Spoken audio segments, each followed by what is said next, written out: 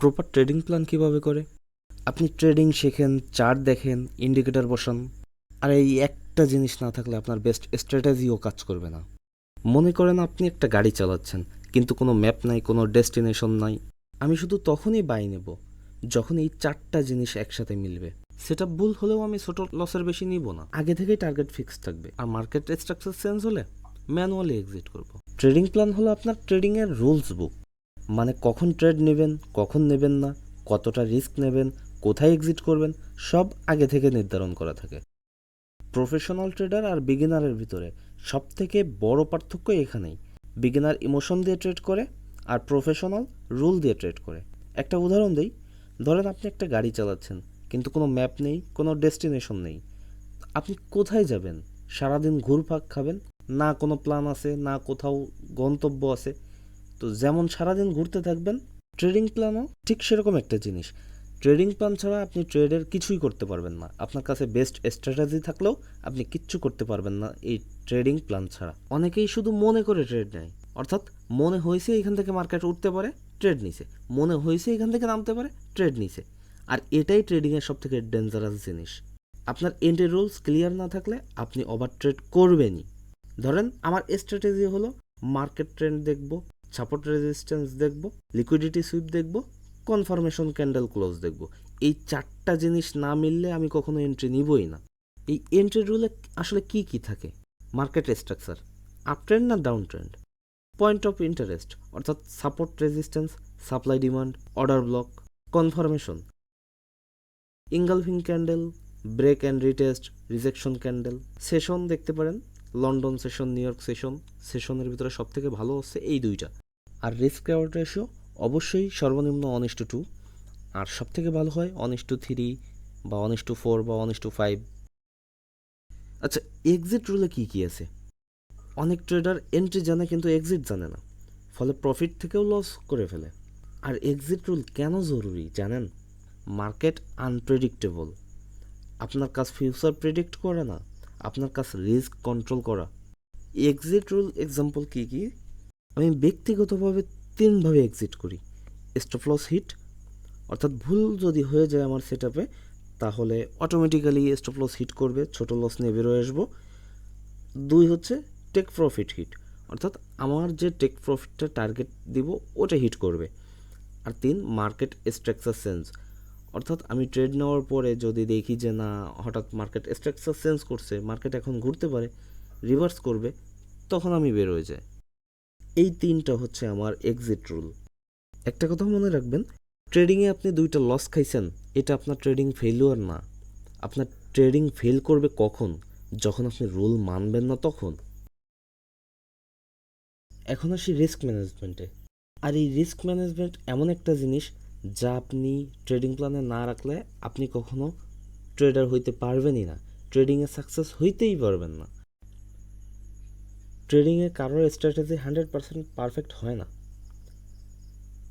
Risk management ভালো হলে আপনি সার্ভাইভ করতে পারবেন, কিন্তু রিস্ক ম্যানেজমেন্ট যদি খারাপ হয় তাহলে বেস্ট স্ট্র্যাটেজি দিয়েও অ্যাকাউন্ট ব্লো হয়ে যাবে। রিস্ক ম্যানেজমেন্টের একটা গোল্ডেন রুল আছে, এক ট্রেডে অ্যাকাউন্টের 1 থেকে 2%-এর বেশি কখনোই রিস্ক নেওয়া যাবে না। আর এইটাই সবথেকে ভালো জিনিস, সবথেকে ভালো রুল। এটা ভাই আপনি করবেন, আমি করি, স্মার্ট ট্রেডার বলেন আর ইনস্টিটিউশনাল পর্যায়ে বলেন, সবার এই একই রুল। সাপোজ আপনার অ্যাকাউন্টে টোটাল ক্যাপিটাল আছে $100, তাহলে প্রতিটা ট্রেডে $1 থেকে $2 বেশি রিস্ক নেবেনই না। কারণ ট্রেডিং হলো ভাই একটা ম্যারাথন, লং টার্মের একটা দৌড়। এটা এমন না যে আপনি একটা মাঠ 2বার চক্কর দিলেন শেষ হয়ে গেল। আপনি লং টার্ম টিকে থাকলেই প্রফিট করতে পারবেন। এজন্য আপনার রিস্ক ম্যানেজমেন্ট সব থেকে বেশি জরুরি, এটা সব থেকেই গুরুত্বপূর্ণ। আর এই রিস্ক ম্যানেজমেন্টে এসে সবাই যে কমন মিস্টেকগুলো করে, রিভেঞ্জ ট্রেডিং করে। কেন ভাই, একটা লস গেছে, লস নিতে পারেন না? এখনই রিকভার কেন করতে হবে? আপনি মার্কেটে টিকে থাকেন, অটোমেটিক্যালি আপনার রিকভার হয়ে যাবে। রিভেঞ্জ ট্রেডিং বন্ধ করেন, অন্যথায় আপনার অ্যাকাউন্ট টিকবে না, থাকবে না। অতিরিক্ত লেভারেজ নেওয়া, এই অতিরিক্ত লেভারেজ নেওয়া বন্ধ করতে হবে। এটা হচ্ছে একটা গ্রেডি ভাব। আপনি অতিরিক্ত লেভারেজ কখন নেবেন?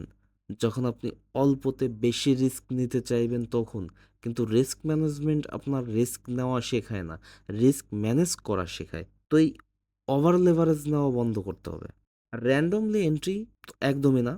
আপনি অবশ্যই ভালো একটা সেটআপ যখন মিলবে, যখন আপনার trend, order block, support resistance সবকিছু যখন ঠিক থাকবে, তখন আপনি এন্ট্রি নেবেন। আচ্ছা, এখন আপনাদের একটা ট্রেডিং চেকলিস্ট বলি আমি।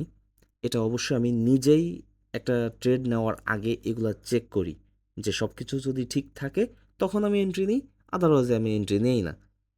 তো এগুলা আপনিও যদি এটা করেন, ইনশাল্লাহ আপনার ট্রেড 80% সফল হবে। যাই হোক, সর্বপ্রথম দেখবেন মার্কেট ট্রেন্ড ক্লিয়ার আছে কিনা। যদি মার্কেট আপ ট্রেন্ড বা ডাউন ট্রেন্ড থাকে, আপনি মার্কেট ট্রেন্ড যেদিকে আপনি সেই দিকে ট্রেড নেবেন। স্ট্রং জোন আছে কিনা, অর্থাৎ ওই ট্রেন্ডে যেখানে আপনি ট্রেড নিতে চাচ্ছেন ওইখানে কোনো স্ট্রং জোন আছে কিনা, order block, fair value gap, point of interest, এরকম কোনো স্ট্রং জোন আছে কিনা। লিকুইডিটি সুইপ হয়েছে কিনা, অবশ্যই লিকুইডিটি সুইপ হইতে হবে, তা নাহলে মার্কেটে আবার লিকুইডিটি সুইপ করতে আসবে, তখন আপনার স্টপ লস হান্ট করবে। কনফার্মেশন ক্যান্ডেল হয়েছে কিনা, অর্থাৎ লিকুইডিটি সুইপের পরে অবশ্যই কনফার্মেশন ক্যান্ডেল হইতে হবে, তা না হইলে ওইটার ভ্যালু থাকে না। আর রিস্ক রেওয়ার্ড রেশিও সর্বনিম্ন 1:2 থাকতে হবে। এর থেকে বেশি থাকলে আরও বেশি ভালো, তবে মিনিমাম 1:2।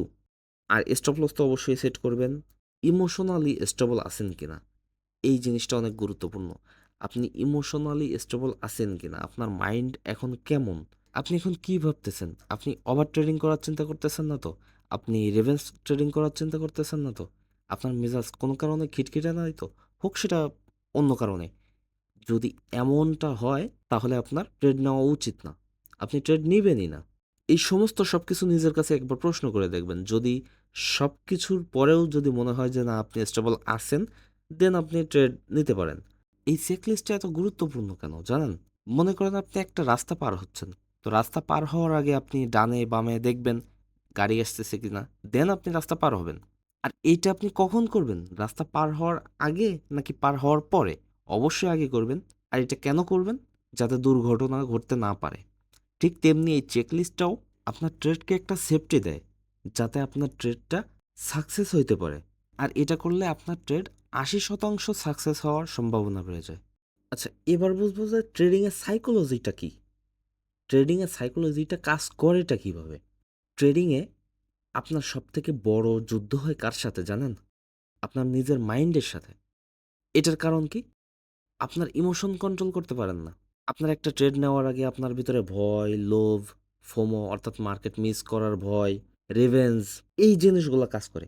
আর এই জিনিসগুলার সাথে আপনি লড়াই করতে থাকেন অল টাইম। যদি কিনা আপনি এই জিনিসগুলার সাথে আপনি লড়াই করে জিততে পারেন, দেন আপনি ট্রেডটা জিততে পারবেন। আর এইগুলা যদি আপনার ভিতরে থাইকে যায়, দেন আপনি ওই ট্রেডটা জিততে পারবেন না। এই একটা ট্রেডে আপনার যে সাইকোলজিটা, এটা এইখানেই কাজ করে যে আপনি নিজের মাইন্ডের সাথেই লড়াই করতেছেন। চার্ট একমাত্র শো, আপনি চার্টে লড়াই করেন না। আর ট্রেডিংয়ের একটা বাস্তবতা কি জানেন? কড়া বাস্তবতা। আমরা ট্রেডিংটাকে এমনভাবে দেখি যে ট্রেডিং রাতারাতি ধনী হওয়ার উপায়। রাতারাতি ধনী হয়ে যাব ট্রেডিংয়ে। এইটা একদম অবাস্তবসম্মত। ট্রেডিংয়ে কেউ রাতারাতি ধনী হয় নাই। ট্রেডিংয়ে লাক কাজ করে না ভাই। ট্রেডিংয়ে স্কিল কাজ করে।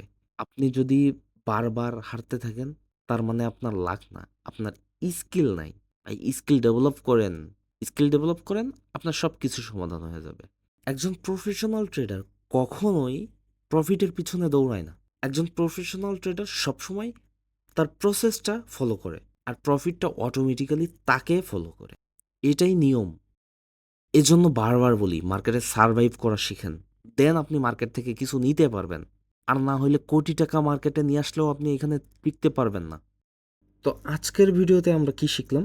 Proper trading plan, entry rules, exit rules, risk management, trading checklist আর ট্রেডিং সাইকোলজি। এই জিনিসগুলো আমরা আজকে টোটাল ক্লিয়ার করছি। তো ট্রেডিংয়ে সারভাইভ করতে চাইলে প্রথমে স্ট্র্যাটেজি না, ডিসিপ্লিন তৈরি করতে হবে। আপনার একটা প্ল্যান থাকতে হবে। তো আজ আমরা এই পর্যন্ত শেষ করতেছি। আর অবশ্যই আমার ভিডিও যদি আপনাদের কাছে ভালো লাগে, হেল্পফুল হয় আপনাদের জন্য, তাহলে অবশ্যই আমার চ্যানেলটা লাইক এবং সাবস্ক্রাইব করে পাশে থাকতে পারেন। ইনশাল্লাহ নতুন নতুন ভিডিও নিয়ে, নতুন নতুন টপিক নিয়ে আপনাদের সামনে আসব। ট্রেডিং রিলেটেড আপনাদের যত সমস্যা ইনশাল্লাহ সব কিছুই ক্লিয়ার করে দেব। আল্লাহ হাফেজ।